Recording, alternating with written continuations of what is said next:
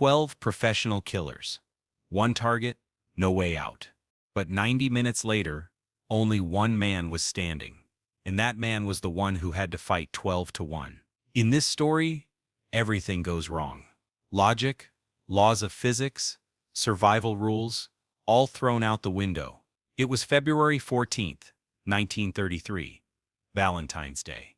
But in Harlem, it wasn't love floating through the air, it was death. Dutch Schultz's deadliest crew was waiting for Bumpy Johnson in the Cotton Club's basement.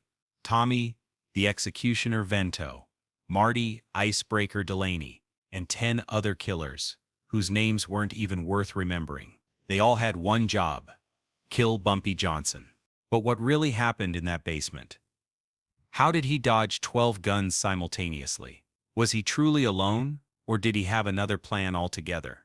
Only one witness survived that night. And that man kept this secret for 40 years. The story everyone knows goes like this. Bumpy Johnson was a powerful gangster. Dutch Schultz attacked him. A big war broke out. But the truth is much darker, much more impossible. Because what happened in that Cotton Club basement that night was a survival battle unlike anything you've ever seen in any action movie. It defied physics, challenged logic, and now, for the first time, the real story of that night will be told. Harlem 1933. An empire of desperation. The Great Depression had brought America to its knees. Unemployment hit 25%. People waited in breadlines for hours, their dignity crumbling with each passing day. But in Harlem, a different economy was thriving. The numbers racket, illegal lottery. You could bet 5 cents and win $50. When your weekly wage was $7, that nickel represented hope itself. Pure, desperate, beautiful hope. And this hope had its masters. Madame Stephanie St. Clair, the numbers queen, a woman with millions of dollars dancing at her fingertips, spinning fortunes from the dreams of working folks who couldn't afford to dream. And her protector, Ellsworth Bumpy Johnson, 27 years old, intelligent, educated, but also the most deadly weapon in Harlem's streets. Bumpy didn't just fight with muscle, he fought with his brain. He'd read Shakespeare in prison, devoured philosophy books, mastered chess and logic games. His mind was a weapon sharper than any blade, more dangerous than any gun. And now he faced the greatest enemy of his life. Arthur Flegenheimer. That was his real name. But everyone knew him as Dutch Schultz. Son of a German-Jewish family, he'd made millions from bootleg liquor during Prohibition, killed more than 40 men, could shoot his own partners without hesitation if they crossed him.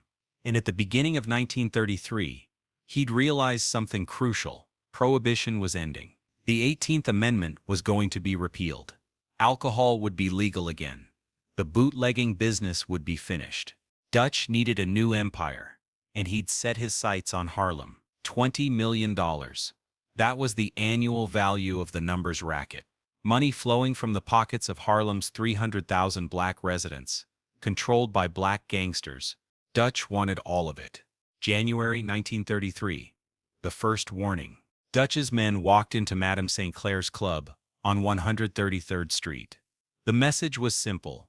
Work with Dutch Schultz, or your territory gets shut down. Madame St. Clair, a Caribbean immigrant who'd built an empire from nothing, looked at them with the kind of stare that had made grown men reconsider their life choices. "Get out," she said. Dutch's men turned to Bumpy, standing in the corner. "You'll want to be smart about this too, boy." Bumpy didn't move, didn't speak, just stared. That stare. The kind that made people check their life insurance policies. Dutch's men left, reported back to Dutch Schultz. And Dutch Schultz, a man who had never in his entire life been told no by anyone, especially not by a black woman and her protector, made his decision. He would burn them all. Starting with Bumpy Johnson. February 14th, 1933. The trap is set. Valentine's Day. Ironic, isn't it? Bumpy received a tip.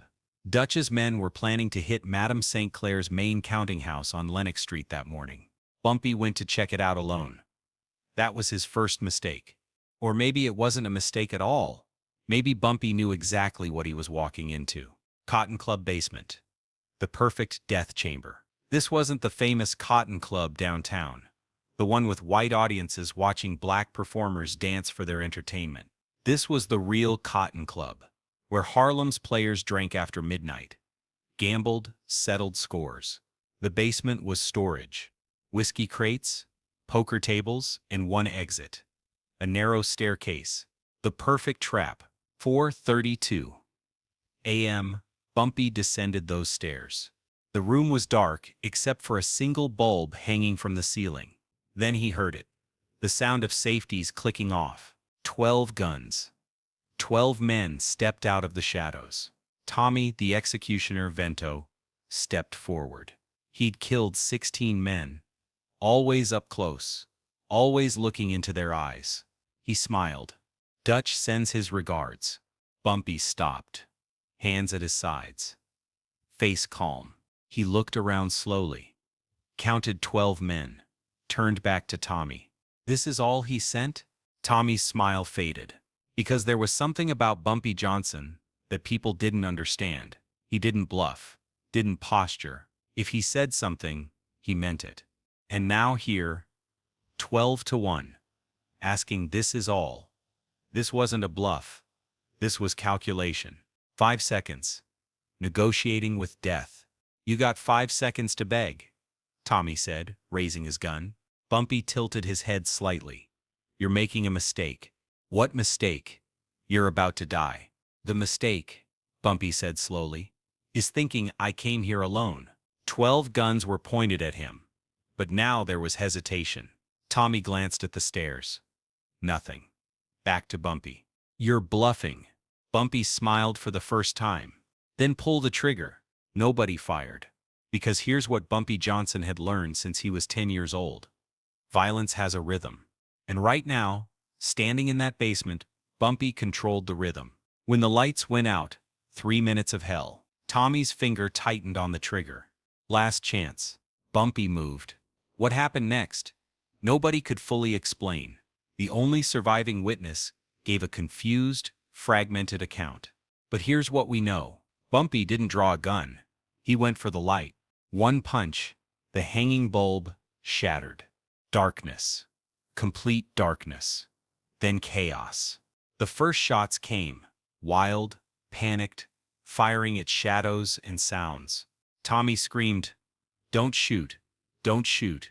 But fear doesn't listen to orders. In that darkness, Bumpy became something else. He knew that room had played poker there hundreds of times. Knew every crate, every table, every corner. Dutch's men didn't. You could hear them falling one by one. Not from bullets. Bumpy wasn't wasting ammunition. He was using his hands.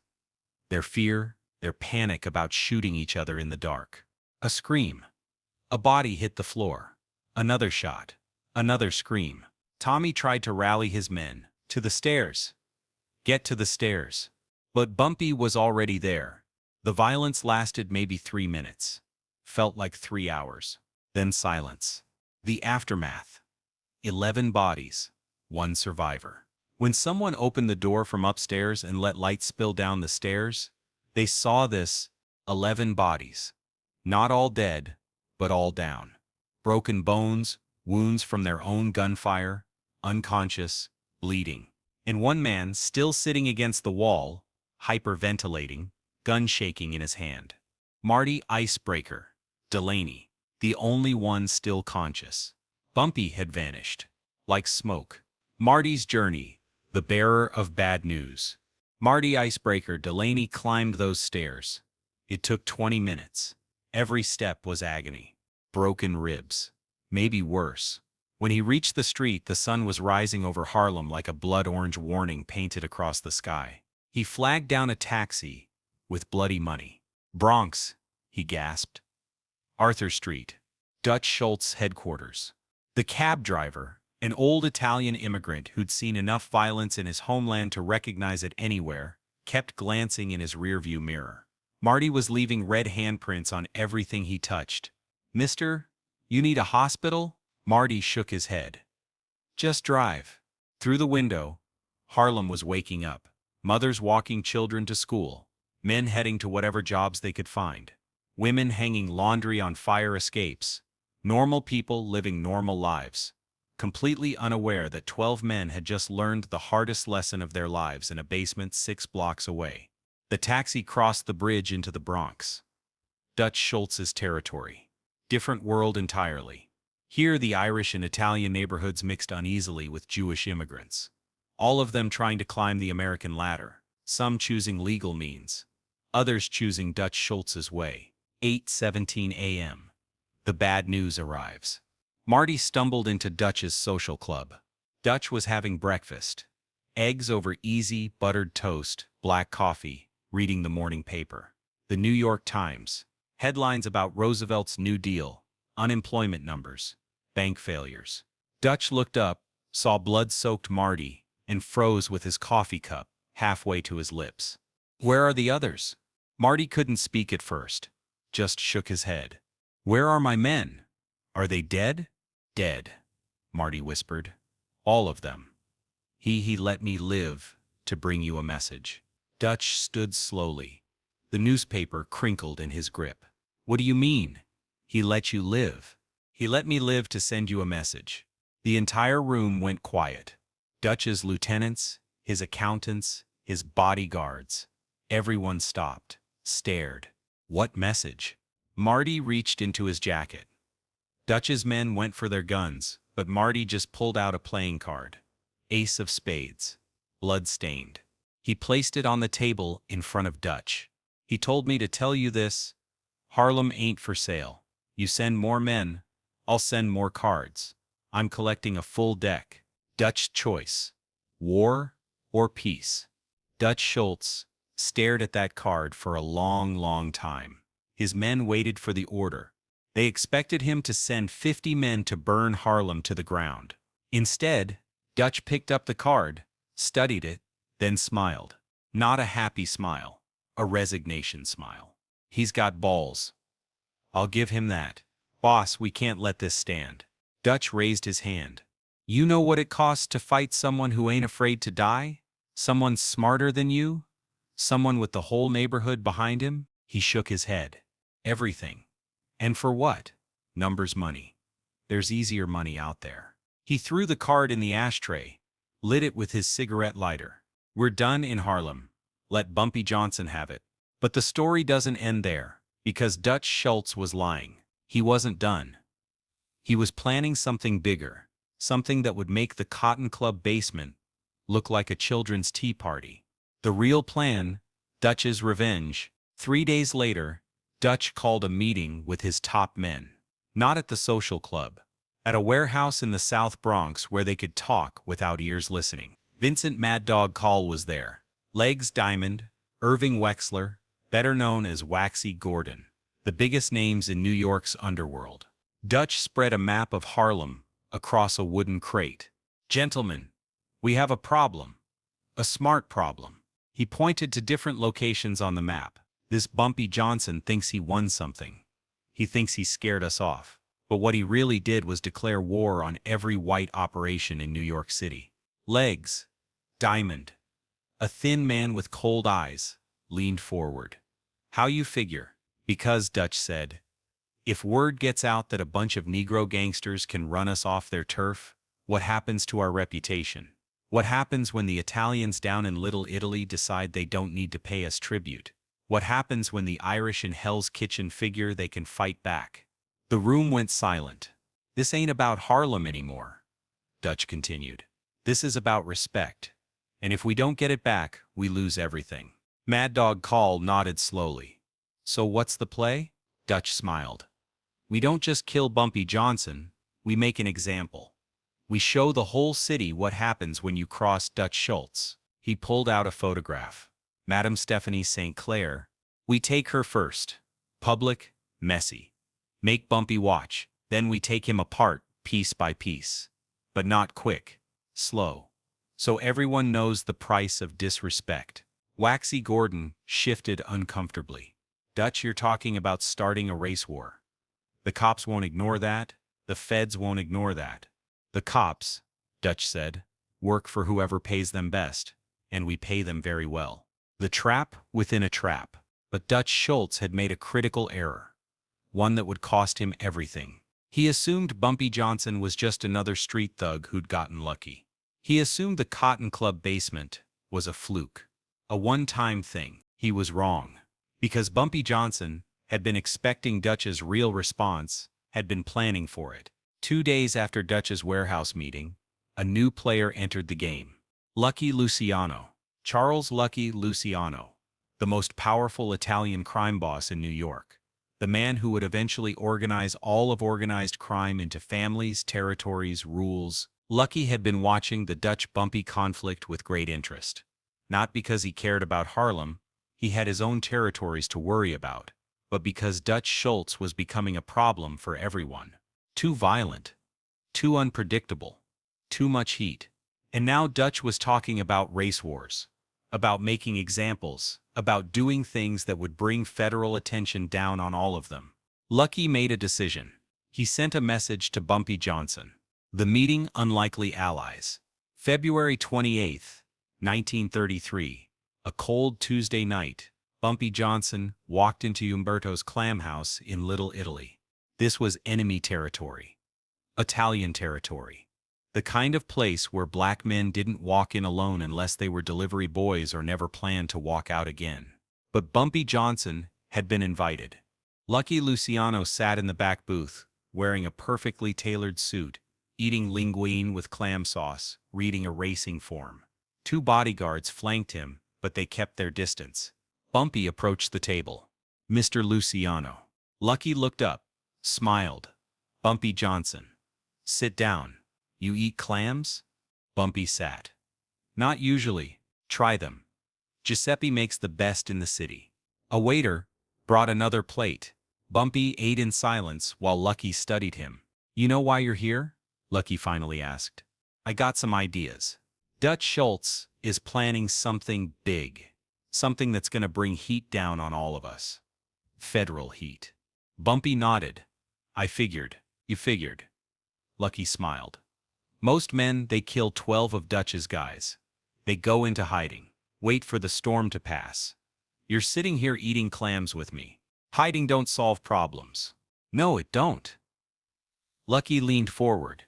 "Here's what's gonna happen. Dutch is gonna try to hit your boss lady, make it public. Bloody, he wants to use her to get to you." Bumpy's expression didn't change. But Lucky saw something flicker in his eyes. "When?" "Tomorrow night. Lincoln Theater. She's got tickets to see Cab Calloway. Dutch knows this." "How do you know this?" Lucky smiled. "I know everything that happens in my city." He pushed a piece of paper across the table. "Dutch's real headquarters. Not the social club. The place where he keeps his money. His records. His real business." Bumpy looked at the paper. "Why you telling me this?" "Because Dutch Schultz has become bad for business. My business and bad for business is bad for everyone." Lucky stood up, straightened his tie. "Tomorrow night, while Dutch is busy with his grand gesture, his real operation will be vulnerable. You understand?" Bumpy understood. The setup, playing chess while they play checkers. February 29th, 1933, a leap year, an extra day that would change everything. Madame Stephanie St. Clair dressed for the theater. She knew about Dutch's plan. Bumpy had told her everything, but she went anyway. Because this wasn't about hiding.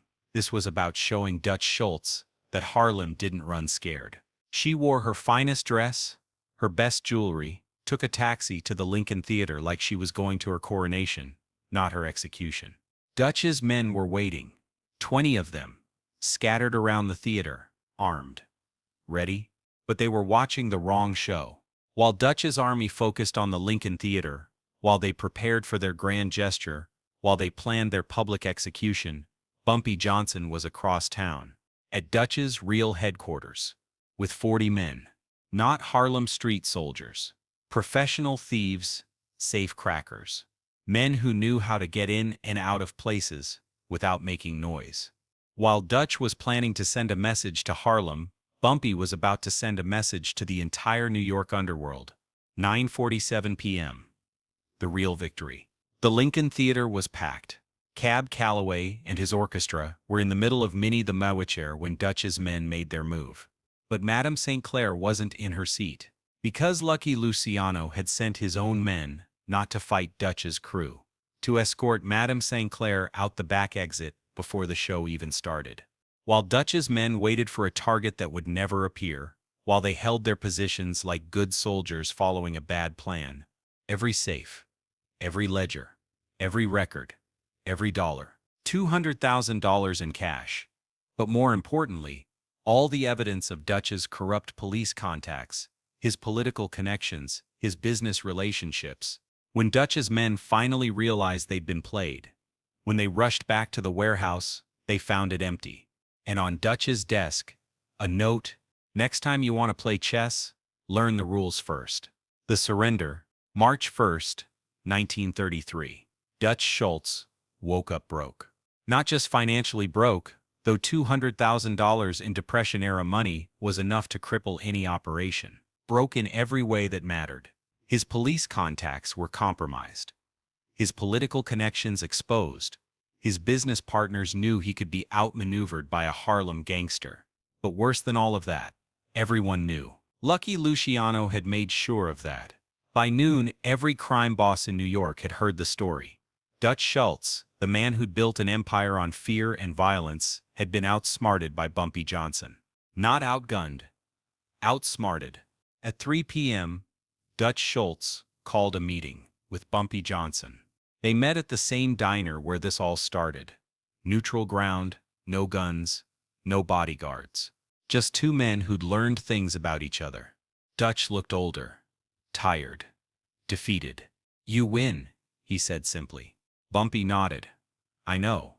What do you want?" "Respect," Bumpy said. "For me. For my people. For Harlem." Dutch extended his hand. "You got it." They shook hands, and Dutch Schultz walked away from Harlem forever. The truth revealed 40 years later. Decades passed. The world changed. The Great Depression ended. World War II came and went. The Civil Rights Movement transformed America.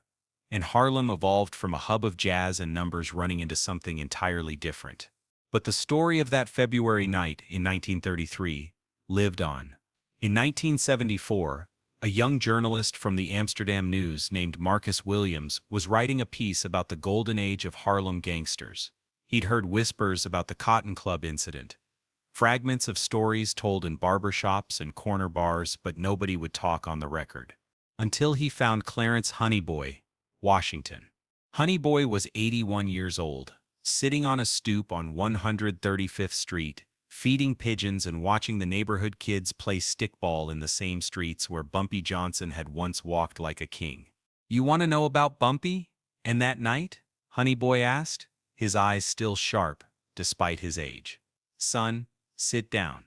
Because what folks been telling you ain't the whole truth." Marcus pulled out his notepad, clicked his pen. "Bumpy wasn't alone that night," Honeyboy said, grinning with the few teeth he had left. "Not by a long shot. The real story: planning and preparation." According to Honeyboy, who claimed to be one of the 4 men waiting outside the Cotton Club that night, the entire situation had been orchestrated from the beginning. See, Bumpy knew Dutch was planning something big. We all knew. Dutch wasn't exactly subtle about his intentions. Man was walking around Harlem like he owned it already. Honeyboy explained that Bumpy had been planning his response for weeks. The tip about the counting house raid? That was fake information, deliberately leaked to Dutch's organization. Bumpy wanted Dutch's boys to think they had the advantage. Wanted them confident, overconfident. The Cotton Club basement was chosen specifically because Bumpy knew every inch of it. He'd been playing poker there since he was 16 years old. That room was like his living room. He knew where every crate was, every table, every loose floorboard that creaked when you stepped on it. But the most important part of the plan was psychological. Bumpy understood something about Dutch's men that Dutch didn't. They were soldiers, not generals. They were good at following orders, not making decisions. Put them in a situation where they had to think for themselves, and they'd panic. The 4 men, Bumpy's insurance policy. Honeyboy described the other 3 men who were positioned outside the Cotton Club that night. Raymond "Sweet" Williams, a former boxer who could move silently despite his size. Thomas Jefferson Brown, a World War I veteran who'd learned urban warfare in the trenches of France. And Willie "Ghost" Patterson, a man so good at picking locks that he could open a safe while blindfolded. Our job was simple, Honey Boy explained. Wait outside, listen for trouble. If we heard gunshots, we'd come in loud and messy. If we didn't hear gunshots after 10 minutes, we'd assume Bumpy's plan worked. They waited outside for exactly 8 minutes before they heard the first shots. But here's the thing, Honey Boy said, leaning forward conspiratorially. Bumpy told us to wait no matter what we heard. Don't come in unless I call for help, he said. And I ain't gonna call for help. So they waited, through the gunshots, the screaming, the chaos. Hardest thing I ever did, Honey Boy admitted. Listening to that war going on inside and not doing nothing about it. When silence fell, they crept to the basement door, found it unlocked. Saw the carnage. 11 men on the floor, some dead, some unconscious, some wishing they were dead, and no Bumpy. They found him 10 minutes later in an abandoned building 3 blocks away, calmly washing blood off his hands in a rusty sink. How'd it go? Sweet Williams asked. Like clockwork, Bumpy replied. The psychology of darkness. Marcus Williams pressed Honey Boy for details about how one man could defeat 12 armed killers. You gotta understand, Honey Boy explained. Most people panic in the dark, especially when they're already nervous. But Bumpy? Dark was his friend. According to Honey Boy, Bumpy had spent hours in that basement blindfolded, learning to navigate by sound and touch alone. He could tell you how many steps from the stairs to the poker table, could navigate around every obstacle with his eyes closed. Had been practicing for months. When the lights went out, Dutch's men were fighting blind. But Bumpy was fighting in his element. It wasn't about being tougher or stronger, Honey Boy said. It was about being smarter, about preparation, about knowing your battlefield better than your enemy. Bumpy used the men's own fear against them. In the darkness, they couldn't tell friend from foe. They ended up shooting at shadows, at each other, at nothing. Bumpy barely threw a punch. Didn't need to. He just moved around that room like a ghost. Let them destroy themselves. The psychological effect was devastating. Professional killers reduced to frightened children, firing wildly at sounds, jumping at shadows. By the time it was over, Honey Boy said, half of them were more afraid of the dark than they were of dying. The message, more than a playing card. The ace of spades that Marty delivered to Dutch wasn't just a taunt, it was a carefully calculated psychological weapon. Bumpy knew Dutch would understand that card. Honey Boy explained. In the war, World War I, black soldiers used to leave ace of spades cards on dead German soldiers. It was psychological warfare. The message wasn't just I'm collecting a deck, it was I'm hunting you like you're the enemy in a war you can't win. Dutch got that message loud and clear. That card told him he wasn't dealing with some street thug anymore. He was dealing with someone who understood strategy, psychology, warfare. But there was another message, one that only people in Harlem understood. The ace of spades is the highest card in the deck. Honey Boy said. Bumpy was telling Dutch and everyone else that there was a new hierarchy in New York, and black gangsters weren't at the bottom anymore. The network, Bumpy's real power. As Honey Boy told it, Bumpy's greatest strength wasn't his intelligence or his fighting ability. It was his network. Bumpy knew everybody. The numbers runners, the jazz musicians, the Pullman porters, the domestic workers who cleaned white folks' houses. Every black person in Harlem was his eyes and ears. When Dutch's men moved through Harlem, Bumpy knew about it before they reached their destinations. When Dutch held meetings, Bumpy often knew the details within hours. Information is power, Honey Boy explained. And Bumpy had better information than the FBI. This network had been built over years, through respect rather than fear. Unlike white gangsters who ruled through violence, Bumpy ruled through loyalty. People worked with Bumpy because they wanted to, not because they had to.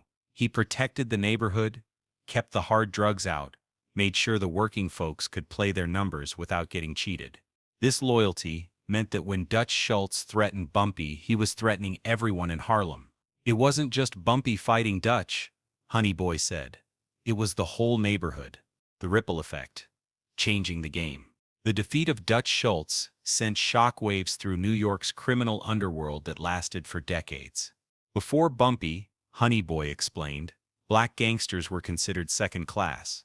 White crime bosses thought they could just take over black territories whenever they wanted. After February 1933, that changed forever. Word got out that a black man had outsmarted Dutch Schultz. That changed how everyone looked at black gangsters. They couldn't be dismissed anymore.